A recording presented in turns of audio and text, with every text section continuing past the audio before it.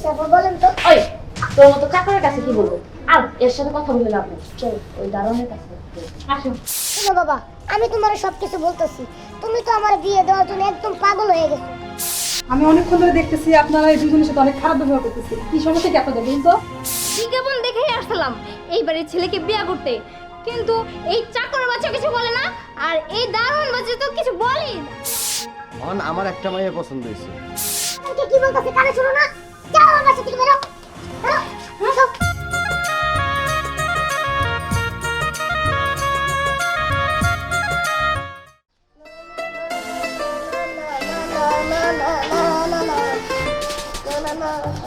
ওই দেবু দেবু, আজ তুই কি শুরু করছিস?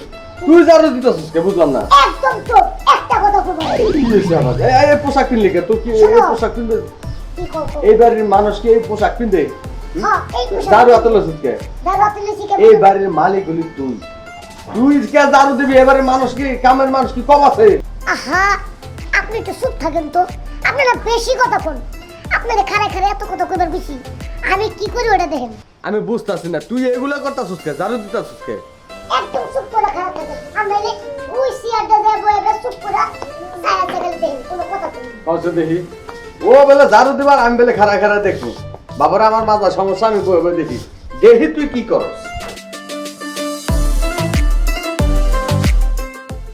এই যে এই চাকর, এই এদিকে আসো। আরে এই কথা কানে শোনো না, এদিকে আসো। আরে এই বাড়ির মালিককে ডাক দাও। এই তোমাকে বলতেছি এদিকে আসো। আচ্ছা কি হয়েছে, কি বলবেন বলেন। তোমাকে যে ডাকতেছি তোমার কানে যায় না? তোমার মতো চাকরের কাছে আমরা কি বলবো? এই বাড়ির মালিককে ডাক দে। আর তাকায় আছিস কেন? ডাক দে মালিককে। কথা কি বুঝিস না? কথা কি শুনিস না? বাড়ির মালিককে ডাক দে। ও মনে হয় কানই শুনতে পায় না। কি হয়েছে আবার বলেন তো। ওই তোর মতো চাকরের কাছে কি বলবো? আর এর সাথে কথা বলে লাভ নেই, চল ওই দারোয়ানের কাছে আসো। এই যে শোনেন, এবারে মালিক কই? ওনারে ডাক দেন। কি হলো? আপনি কি বুবা নাকি? ওই চাকরের বাচ্চার কাছে জিজ্ঞেস করছি, ও কিছু বললো না। আপনি তো বলবেন। বলেন তো এবারে মালিক কোথায়? কি হলো? দুজনের একজনও তো কিছু বললো না। কে? এ কি কান আর এ কি বুবা নাকি? আরে অ্যাড্রেস তো ঠিকই আছে, এইবারই তো দেখাইলো, আর নাম্বার তো ঠিকই আছে, তাহলে কোনো কিছু বলে না কেন? আচ্ছা আপা, আপনাদের কি সমস্যা এটা আমারে খুলে বলেন। এই চাকর, তোর কি থাপ্পড় খায় মন ভরে নাই? আচ্ছা এই থামো। আমি অনেকক্ষণ ধরে দেখতেছি আপনারা এই দুজনের সাথে অনেক খারাপ ব্যবহার করতেছে। কি সমস্যা কি আপনাদের বলুন তো? আরে পার বললেন না, এইবারে বিজ্ঞপ্তি দেখে আসছিলাম, এইবারে ছেলেকে বিয়ে করাবে, এখন কনের পক্ষ থেকে ইন্টারভিউ দিতে আসছিলাম। এই যে একজন আছে চাকর, এ তো কথাই বলে না, আর এই যে একজন বোবা, ইনিও কথা বলতে পারে না। হ, বিজ্ঞাপন দেখেই আসলাম এইবারে ছেলেকে বিয়ে করতে, কিন্তু এই চাকরের বাচ্চা কিছু বলে না, আর এই দারোয়ান বাচ্চা তো কিছু বলেই না। বুঝলাম না কিছু। ও চাকর বলে কেউ মানুষ না? ও তো একজন মানুষ। আপনার সমস্যার কথা ওকে বলতে পারেন। আর এই মুরব্বিটাকে আপনারা দুইজন ধরে ঢাকাঢাকি করতেছেন কেন? উনিও তো একটা মানুষ, ওনাকেও তো বলতে পারেন আপনাদের সমস্যার কথা নাকি? এ কাজের 12টা তো বাজায় দিছি।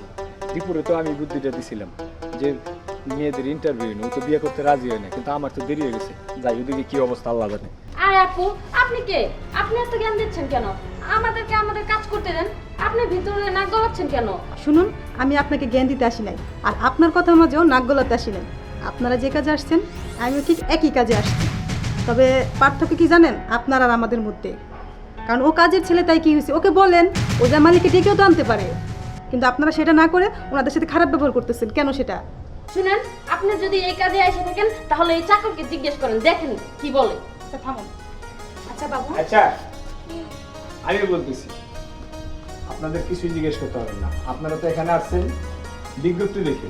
আসলে আপনারা এতক্ষণ যে কথাগুলো নিয়ে তর্ক বিতর্ক করতেছেন, এই বাড়ির মালিক খুঁজতেছেন এবং ওকে কাজের ছেলে বলতেছেন, ওনাকে বয়স্ক দারোয়ান ভাবতেছেন, বোবা বলতেছেন। আসলে সে বোবা না, সে ভালো। বাড়ির মালিকের কথা বললেন না, এই বাড়ির মালিকই হলো উনি। আর ওনার ছেলেই হলো এই ঝাড়ুদার, যাকে এতক্ষণ ঝাড়ুদার করে বলছেন। আচ্ছা বাবা, আমি তো কিছুই বুঝলাম না। শোনো বাবা, আমি তোমার সবকিছু বলতেছি। তুমি তো আমার বিয়ে দেওয়ার জন্য একদম পাগল হয়ে গেছো, বুঝছো? তাই আমি চিন্তা করলাম যে আমার বিয়ের পর এই যে কত মেয়ে লোকেরা আসবে, হয়তো বা আমি যে কোনো একটা পছন্দ করে এইবারই বউ করে আনার পর দেখা গেল যে তোমার সাথে খারাপ ব্যবহার করলো, তোমার সেবা যত্ন করলো না। এই জন্য আমি কি করছি, এই সেলিম আঙ্কেল আমার এই বুদ্ধিটা দিছে বিজ্ঞাপনে, তাই আমি বিজ্ঞাপন দেওয়ার পর এই মেয়েরা সবাই আমার বাড়িতে আসছে। এখন তুমি ডিসাইড করো তুমি আমার কার সাথে বিয়ে দেবে। তুই ঠিক কইছিস বাবা, কারণ এখনকার মাইয়া করে চিনা বড় দায়। কারণ তুই যে বুদ্ধি করছস এই বুদ্ধি আসলে আমার মাথায় ছিল না, আর সেলিম মিয়া যে বুদ্ধি দিছে আসলে বুদ্ধিটা ঠিক আছে। তুই যদি এই কাজটা না করতি তাহলে এই অহংকারী মাইয়া করে আমি চিনতে পারতাম না, আর অহংকারের আগুনে আমরা জুইলা পুরা মরতাম। অহন আমার একটা মাইয়া পছন্দ হয়েছে, ওই মায়েরা আমার এই বাড়ির বউ করবো, আর এগুলারে ঘর ধাক্কা দায় বাড়িতে বাই কর। আঙ্কেল আমাদেরকে মাফ করে দেন, আমাদের ভুল হয়ে গেছে, বুঝতে পারি নাই। হ্যাঁ আঙ্কেল, ও তো ঠিকই বলতেছে, আমাদেরকে মাফ করে দেন। দেখো তোমরা যে ভুল করছো এই ভুলের কোনো ক্ষমা নাই, আর যদি ক্ষমা চাইতে তাহলে আমার ছেলের কাছে চাও। আচ্ছা কাকা, আর এত কথা বললেন না তো। শুনেন, অহংকার পতনের মূল। যে নারীরা কিনা সাধারণ মানুষকে ভালোবাসতে পারে না, সেই নারী কিভাবে এই বাড়িতে বউ হয়ে আসে আপনার সেবা যত্ন করবো, ওর ঘর করবো। সবচেয়ে বলি কি, আপনি যে সিদ্ধান্ত নিয়েছেন সেই সিদ্ধান্তই ফাইনাল। আপনি যাকে পছন্দ করছেন তার সাথে দীপুর বিয়ের আয়োজন করেন, আর তোমরা এবার থেকে চলে যাও, কারণ তোমরা এবারের বউ হওয়ার যোগ্য নেই। তোমাদেরকে কি বলতেছে কানে শোনো না? যাও আমার বাসা থেকে বেরো, বেরো, যাও, যাও, যাও, যাও। এত থাক থাক তোমার বাবা, ওরা নোংরা দেখে আমরা নোংরা নাকি? তাহলে শোন, তাহলে বাজান জি বাবা। অন্যদেরকে নিয়ে একটু চা নাস্তা কর, আমি বিয়ের ব্যবস্থা করি। আচ্ছা ঠিক আছে বাবা, আমার বিয়া মানে তোমার একমাত্র ছেলের বিয়া, ধুমধাম করে দিবা, আর এলাকার একটা মানুষের জন্য দাওয়াতে বাকি না থাকে, সবাইকে দাওয়াত দিবা। আচ্ছা আচ্ছা ঠিক আছে, আমি সব কিছুর ব্যবস্থা করতে আর আমার প্রথম অতিথি আমার সেলিম আঙ্কেল।